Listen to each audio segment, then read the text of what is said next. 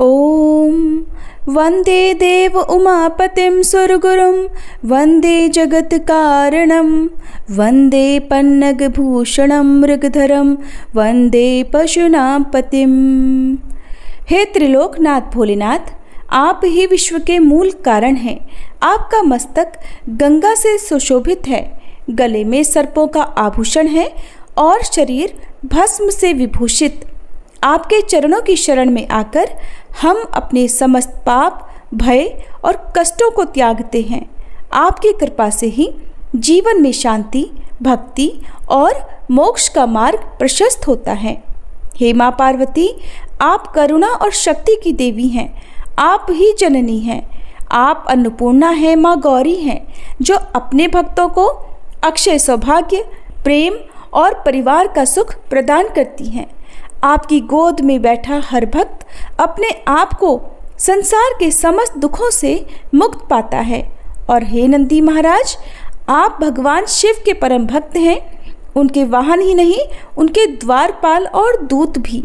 हमें भी वैसी ही अखंड भक्ति और समर्पण की भावना दें, जिससे हम भगवान शिव की कृपा पात्र बन सके।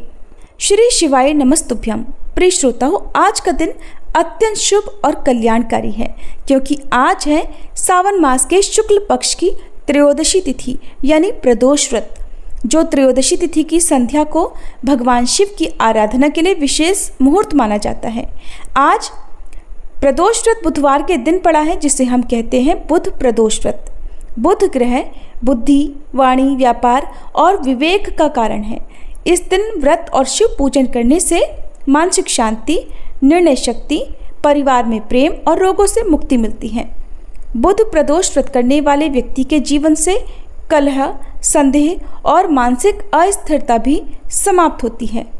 कलयुग में जब धर्म दुर्बल होता जा रहा है, अधर्म और मोह से जीवन ग्रसित होता जा रहा है, ऐसे समय में कथा श्रवण ही सबसे सहज साधना बन जाती है।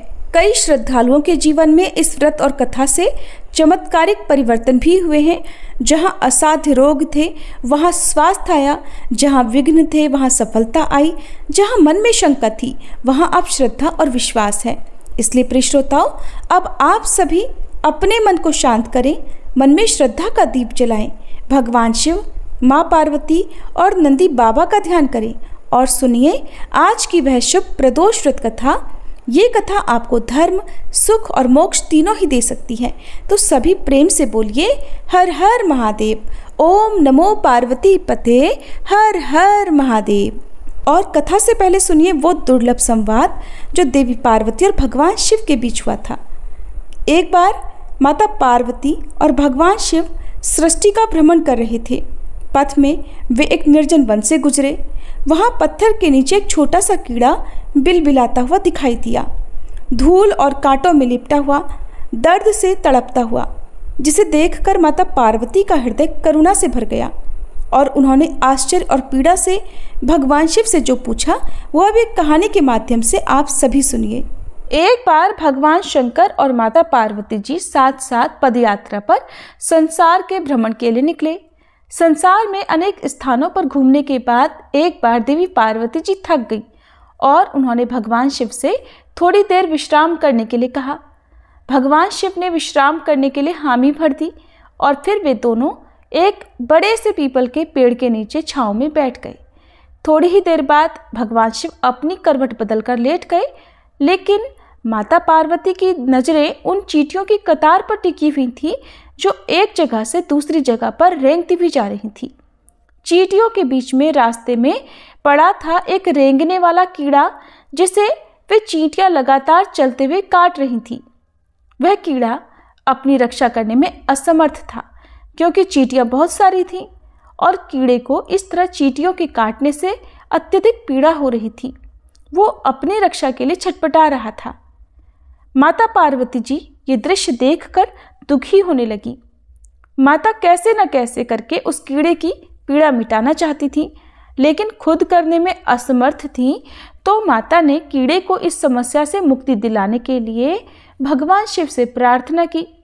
भगवान शिव ने जब खड़े होकर उस कीड़े को देखा तो उन्होंने देवी पार्वती को समझाया कि आप इस पर ध्यान मत दो, ये किसी पीड़ा में नहीं है बल्कि अपने कर्मों का ही फल भोग रहा है। लेकिन माता पार्वती अपने कोमल हृदय से इस कठोर और पीड़ादायी दृश्य को देखकर बहुत दुखी थी। उन्होंने फिर से भगवान शिव से उस कीड़े की पीड़ा को मिटाने के लिए लगातार प्रार्थना की, लेकिन भगवान शिव भी उन्हें यही समझाते रहे कि इस पर ध्यान मत दो, क्योंकि यह तो अपने कर्मों का फल भोग रहा है और सभी को एक न एक दिन अपने कर्मों का फल भोगना ही होता है। भगवान शिव ने इस समस्या से मुक्ति दिलाने के लिए माता पार्वती जी से वहां से कहीं दूसरे स्थान पर चलने के लिए कहा, ताकि उनका ध्यान वहां से हट सके। लेकिन माता पार्वती जी ने भी हट पकड़ रखी थी। वह कहने लगी, प्रभु, जब तक इस कीड़े की पीड़ा नहीं मिटेगी मैं यहाँ से कहीं नहीं जाऊंगी। अब भगवान शिव को देवी पार्वती जी की हट के आगे मजबूर होकर उस कीड़े की पीड़ा मिटानी पड़ी। भगवान शिव बोले, देवी ठीक है, मैं इसका कष्ट दूर कर रहा हूँ, लेकिन अगर बाद में ये कुछ गड़बड़ करे तो तुम मुझे दोष मत देना। भोलेनाथ की बात सुनकर देवी पार्वती जी कहने लगी, ठीक है प्रभु, पहले आप इसका कष्ट तो मिटाइए। फिर भगवान शिव ने अपनी शक्तियों से उस कीड़े को, राजा चींटियों को, उसकी प्रजा और उनके लिए एक बहुत ही सुंदर नगरी बना दी, जिसमें राजा का आलीशान महल था। अब यहाँ से उस राजा की वास्तविकता शुरू होती है, जिस कारण उसे एक कीड़े के रूप में पीड़ा मिल रही थी। अब जब सब कुछ बनकर तैयार हो गया, तब भगवान शिव ने राजा से, जो पहले जन्म में कीड़ा था, उससे कहा कि भाई अब तू अपना राजपाट संभाल, हम यहाँ से चलते हैं। लेकिन राजा अपने व्यवहार से बड़ा ही घमंडी था और वह एक चरित्रहीन भी था। उसने माता पार्वती जी की ही सुंदरता पर मोहित होकर उनका ही हाथ पकड़ लिया और भगवान शिव का ये कहकर अपमान किया कि तू एक योगी, वन वन भटकने वाला एक साधारण सा ब्राह्मण, भला तेरे साथ ये सुंदर स्त्री कैसे रह सकती है? अरे इसकी जगह तो मेरे महल में है, जिसे मैं अपनी रानी बनाऊंगा।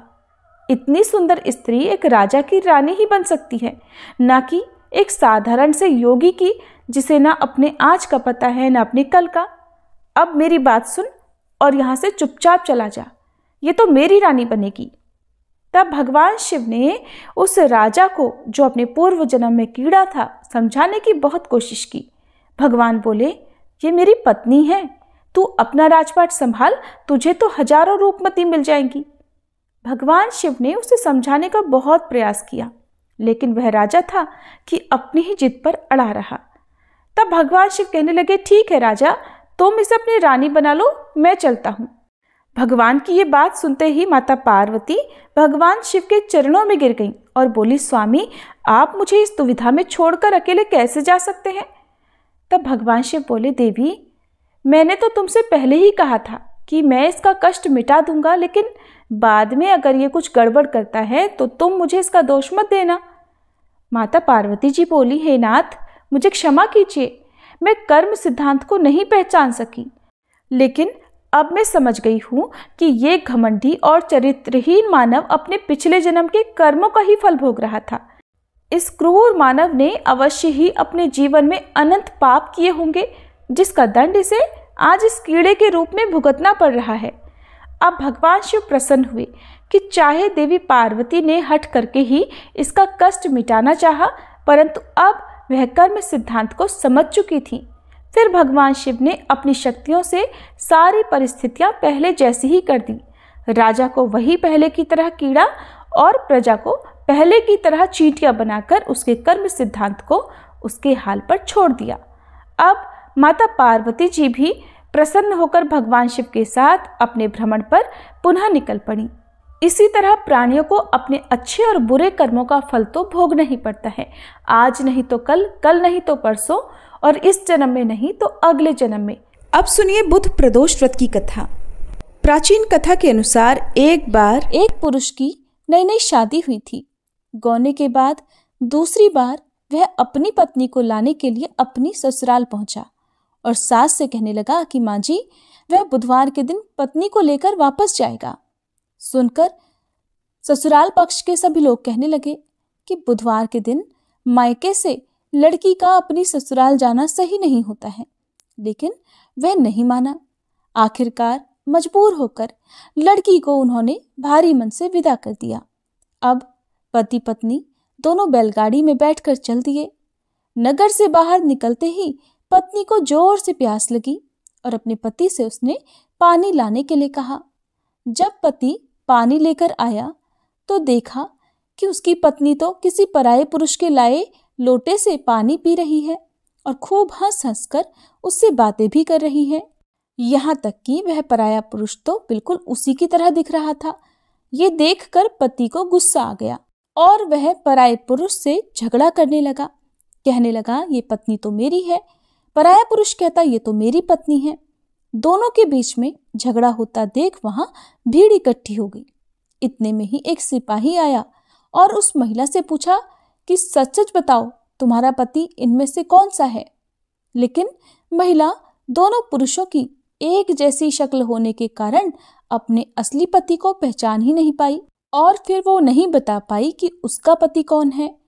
तब वह पुरुष भगवान शंकर से मन ही मन प्रार्थना करने लगा कि हे प्रभु, हे महादेव, हमारी रक्षा कीजिए। मुझसे बड़ी भारी भूल हो गई जो मैंने अपने सास ससुर की बात नहीं मानी और बुधवार को अपनी पत्नी को विदा करके ले आया। महादेव जी, मुझे क्षमा कर दीजिए। अब मैं भविष्य में कभी ऐसी गलती नहीं करूंगा। जैसे ही उसने सच्चे मन से प्रार्थना की कि दूसरा पुरुष अंतर्ध्यान हो गया और इस प्रकार पति पत्नी सकुशल अपने घर पहुंच गए।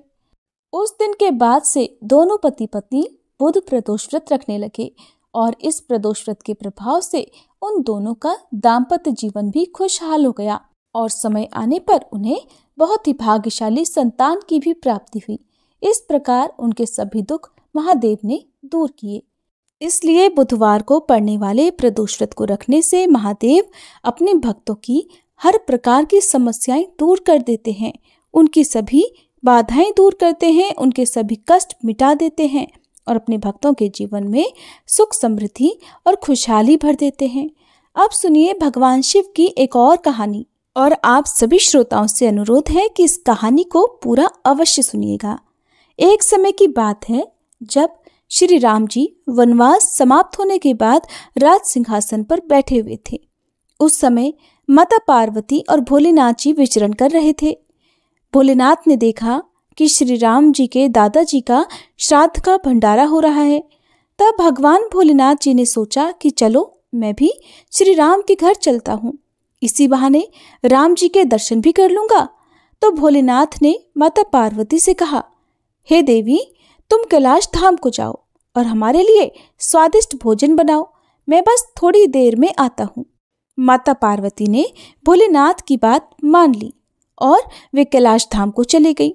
इधर भोलेनाथ जी पहुंच गए भगवान श्री राम जी के घर और ब्राह्मणों के साथ पंगत में बैठ गए और भंडारा ग्रहण करने लगे। आसन पर विराजमान सभी ब्राह्मणों को माता सीता ने पेट भरकर भोजन कराया। उसके बाद सभी ब्राह्मण भोजन करके उठकर चले गए, लेकिन भोलेनाथ बैठे रहे। भोलेनाथ भी एक ब्राह्मण के रूप में भंडारे में गए हुए थे। तब माता जानकी ने लक्ष्मण जी की धर्मपत्नी उर्मिला से पूछा कि सभी ब्राह्मण चले गए। तो माता उर्मिला बोली कि सभी ब्राह्मण तो उठकर चले गए हैं, लेकिन केवल एक ही बैठे हुए हैं। तब माता जानकी जी बोली, अच्छा कोई बात नहीं, थोड़े ज्यादा भूखे होंगे, इसलिए इन्हें अच्छे से भोजन करा दो। तब माता जानकी उर्मिला सहित अपनी सखियों के साथ भोलेनाथ को भरपेट भोजन कराने लगी।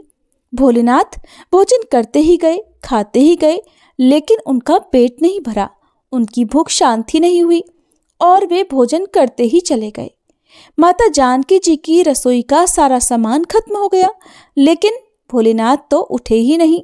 तब माता सीता जल का लोटा लेकर भोलेनाथ के पास गई और बोली, बाबा ये जल ग्रहण कर लो। तब भोलेनाथ बोले कि देवी, जब आधा भोजन कर लूंगा तभी पानी पीऊंगा। अब तो माता सीता सोचने लगी कि लो, इनका तो अभी आधा भोजन भी नहीं हुआ और यहाँ रसोई घर का सारा सामान खत्म हो रहा है। तब उन्होंने फिर से सामान मंगवाकर उन ब्राह्मण देवता को भरपेट भोजन कराया, लेकिन भोलेनाथ तो रुकने का नाम ही नहीं ले रहे थे। इतनी ही देर में माता कैकेयी आ गई और पूछने लगी क्या हुआ बेटी, तुम सब परेशान लग रही हो? तो जानकी जी बोली कि माता, सभी ब्राह्मण तो उठकर चले गए, केवल एक यही ब्राह्मण बचे हैं जो उठने का नाम ही नहीं ले रहे हैं। बताइए अब मैं क्या करूं? तब माता कैकेयी ने फिर से सामान मंगवाया। इतने में ही भोलेनाथ ने आवाज लगाई, लेते आओ, बहुत जोर से भूख लगी है। तब माता जानकी जी बोली, बाबा अभी तो आटा साना है, थोड़ी पूड़ी पका लूं फिर लेकर आती हूँ। तब भोलेनाथ जी बोले, अरे बेटा आटा ही ले आओ, मैं तो आटा ही खा लूंगा। अब तो भोलेनाथ ने आटा, दाल, चावल सब कुछ बिना बने ही रसोई घर में ले जाने से पहले ही समाप्त कर दिया। माता सीता हार कर दौड़ी दौड़ी श्री राम जी के पास गई। उन्हें परेशान देखकर श्री राम बोले, क्या हुआ जानकी जी, इतना परेशान क्यों हो? तब माता जानकी बोली कि हे प्रभु, सभी ब्राह्मण तो उठकर चले गए हैं, केवल एक ऐसा ब्राह्मण बैठा हुआ है जो कि सारे भंडार को खाली किए दे रहा है। राशन मंगवा कर लाओ तो रसोई घर में जाने से पहले ही बोरियों की बोरियां समाप्त कर दे रहा है। सीता जी की बात सुनकर श्री राम बोले, चलो मैं देखता हूँ कि ऐसा कौन आ गया है। श्री राम जी भंडारे में पहुंच गए। देखते ही पहचान गए कि अरे ये तो मेरे भोलेनाथ जी हैं।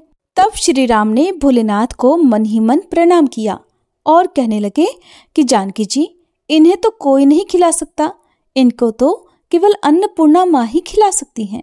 तब राम जी ने मन ही मन माता पार्वती जी को बुलाया और तब माता पार्वती जी प्रकट होकर बोली, क्या हुआ श्री राम जी, आपने मुझे क्यों याद किया? तब भगवान श्री राम बोले, माते ये बाबा तो उठने का नाम ही नहीं ले रहे, जरा देखिए तो। तब माता पार्वती जी बोली कि इन्होंने तो कहा था कि पार्वती तुम कैलाश पर खाना बनाओ, दोनों साथ में मिलकर खाएंगे, लेकिन मेरे स्वामी तो स्वयं यहाँ पर अकेले अकेले खा रहे हैं। तब माता पार्वती जी बोली कि चलो मैं देखती हूँ। तब माता ने एक लड्डू भोलेनाथ जी की थाली में रख दिया और भोलेनाथ उस लड्डू को खाने लगे। अब तो भोलेनाथ खाते चले गए, लेकिन लड्डू खत्म ही नहीं हो रहा था। भोलेनाथ सोचने लगे कि भला ये लड्डू खत्म क्यों नहीं हो रहा, ये तो जाना पहचाना लड्डू लग रहा है। भोलेनाथ जी ने सोचा कि ये कौन सा लड्डू माता सीता उन्हें खिला रही हैं। तब उन्होंने नजर उठाकर माता सीता को देखना चाहा। तब सामने माथे पर लाल बिंदी लगाए स्वयं अन्नपूर्णा माता पार्वती जी खड़ी थी। माता बोली, और कितने लड्डू रख दूं? माता पार्वती को देखते ही भोलेनाथ बोले, बस हो गया, मेरा पेट भर गया है। भोलेनाथ जी अब उठ गए। अब उनका पेट वास्तव में भर चुका था। भोलेनाथ जी भोजन करके उठ गए। तब भगवान श्री राम जी ने सीता जी सहित भोलेनाथ और माता पार्वती जी का बहुत बहुत आदर सत्कार किया और भगवान भोलेनाथ ने प्रसन्न होकर माता जानकी को अखंड सौभाग्यवती होने का आशीर्वाद दिया। फिर भगवान शिव देवी पार्वती सहित अंतर्ध्यान हो गए। प्रेम से बोलिए शंकर भगवान की जय, माता पार्वती की जय, सियापति श्री रामचंद्र जी की जय। पूर्व समय में शिलाद नामक एक धर्मात्मा मुनि ने अपने पितरों के आदेश से मृत्युहीन और अयोनिज पुत्र की कामना से भगवान शिव की कठोर तपस्या की। शीघ्र प्रसन्न हो जाने वाले भगवान महादेव उनके तप से प्रसन्न हुए और साक्षात प्रकट होकर उनसे वर मांगने के लिए कहा। भगवान ने कहा, ऋषिवर, मैं तुम्हारी तपस्या से प्रसन्न हूँ, वर मांगो।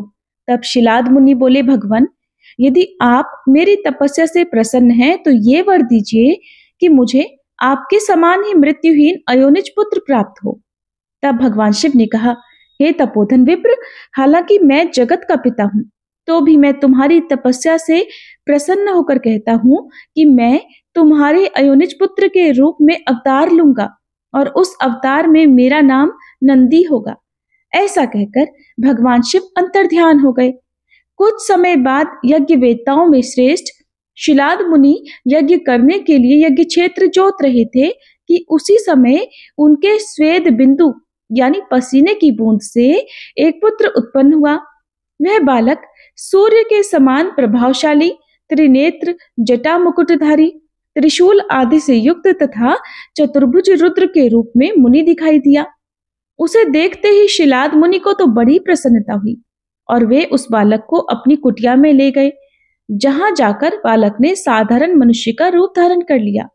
मुनि अब बड़े ही प्यार से उसका पालन पोषण करने लगे। उन्होंने उसके जातकर्म आदि संस्कार करवाकर उसका नाम रखा नंदी। वह बालक 5 वर्ष की आयु तक सभी वेदों और शास्त्रों का ज्ञाता हो गया। 7वां वर्ष पूरा हुआ तो वहां 2 मुनि मिलने आए। उनमें से एक का नाम था मित्र, दूसरे का नाम था वरुण। उन्होंने मुनि शिलाद को बताया कि आपके पुत्र की आयु मात्र 1 वर्ष शेष है। अब तो ये बात जानकर शिलाद मुनि चिंतित हो उठे। नंदी ने अपने पिता को ढांढस बंधाया। उन्होंने आत्मविश्वास के साथ अपने पिता से कहा, पिताश्री, आप चिंतित मत होइए, यमराज मेरा कुछ नहीं बिगाड़ पाएगा। शिव तो कालों के भी काल हैं। मैं भगवान शिव की आराधना करूंगा और उसके प्रभाव से मृत्यु पर विजय प्राप्त करूंगा। ऐसा कहकर नंदी वन को चले गए और भगवान शिव की प्रसन्नता के लिए कठिन तपस्या प्रारंभ कर दी। उन्होंने 3 नेत्र, 10 भुजा और 5 मुख वाले भगवान सदाशिव का ध्यान लगाया और रुद्र मंत्र का जाप किया। उनकी तपस्या से प्रसन्न होकर भगवान शिव और मां पार्वती प्रकट हुई। उन्होंने नंदी से कहा, शिलाद नंदन, तुमने बड़ा ही उत्तम तप किया है। मैं तुम्हारी इस तपस्या से परम संतुष्ट हूं। तुम्हारे मन में जो अभीष्ट हो मांग लो। तब नंदी भाव विभोर होकर उनके चरणों में लौट गए। तब भगवान शिव ने उन्हें उठाया और बोले, वत्स, उन दोनों विप्रों को मैंने ही भेजा था। तुम्हें भला मृत्यु का भय कहां? तुम तो मेरे ही समान हो। तुम अजर, अमर, दुख रहित और अक्षय होकर मेरे गणनायक बनोगे। तुम में मेरे ही समान बल होगा। तुम सदा मेरे पार्श्व भाग में स्थित रहोगे। मेरी कृपा से जन्म, जरा और मृत्यु जैसे विकार तुम्हारे शरीर का स्पर्श भी नहीं कर पाएंगे। ऐसा कहकर दयालु भगवान शिव ने अपने गले की कमल माला उतारकर नंदी के गले में डाल दी। उस माला के पड़ते ही नंदी 3 नेत्रों और 10 भुजाओं वाले हो गए। फिर भगवान शिव ने अपने गणाध्यक्ष के पद पर उनका अभिषेक किया। साथ ही वरदान दिया कि जब भी भगवान शंकर की कोई भी प्रतिमा स्थापित की जाएगी तो उसके सम्मुख नंदी का होना अनिवार्य होगा, वरना वह प्रतिमा अधूरी मानी जाएगी। अब ध्यान देंगे तो पाएंगे कि भगवान शंकर के मंदिर में शिव प्रतिमा के सम्मुख बैठे नंदी महाराज की दोनों आंखें निरंतर भगवान शिव की प्रतिमा पर ही लगी रहती हैं। कहा जाता है कि नंदी के नैनों में भगवान शिव बसते हैं। वहीं नंदी के दोनों सींगों को विवेक और बुद्धि का आधार माना गया है। इसीलिए कहा जाता है कि बुद्धि का इस्तेमाल विवेक से करना आवश्यक है। नंदी महाराज के गले में बंधी हुई घंटी ये प्रतीक है कि निरंतर मनुष्य को भगवान का ध्यान करना चाहिए। ये तो सभी जानते हैं कि नंदी महाराज के बिना भगवान शिव का मंदिर कभी नहीं बनता, लेकिन हमारे देश में एक ऐसा भी मंदिर है जहां नंदी महाराज के बगैर भगवान शिव का मंदिर बना हुआ है। भारत के नासिक में गोदावरी तट पर बना हुआ है कपालेश्वर महादेव मंदिर। इस मंदिर में भगवान शिव की प्रतिमा तो है, लेकिन नंदी यहाँ पर उपस्थित नहीं है। और इसके पीछे एक पौराणिक कथा प्रचलित है, जिसके अनुसार एक बार भगवान शिव ने ब्रह्मा जी के एक मुख को काट दिया था, क्योंकि ब्रह्मा जी के 5 मुख थे, जिनमें 4 मुख तो वेदों के पाठ किया करते थे, लेकिन एक मुख हमेशा उन्हीं वेदों की बुराइयां किया करता था। यही वजह है कि भगवान शिव ने ब्रह्मा जी के उस मुख को काट दिया था। हालांकि इस कृत्य के लिए शंकर जी को ब्रह्महत्या का भी दोष लगा था और इसी दोष को दूर करने के लिए भगवान शिव इधर उधर भटक रहे थे। एक बार भगवान शंकर सोमेश्वर पहुंचे, जहां उन्हें एक गाय के बछड़े ने बताया कि गोदावरी नदी के तट पर स्थित राम कुंड में स्नान करने से ब्रह्महत्या के दोष से मुक्त हुआ जा सकता है। तब भगवान शिव ने बछड़े के कहे अनुसार राम कुंड में स्नान किया और इस प्रकार उन पर लगा ब्रह्महत्या का पाप दूर हो गया। भगवान शिव ने उस बछड़े को अपना गुरु मान लिया और बछड़े के रूप में नंदी जी ही महाराज शिव जी के सामने प्रकट हुए थे।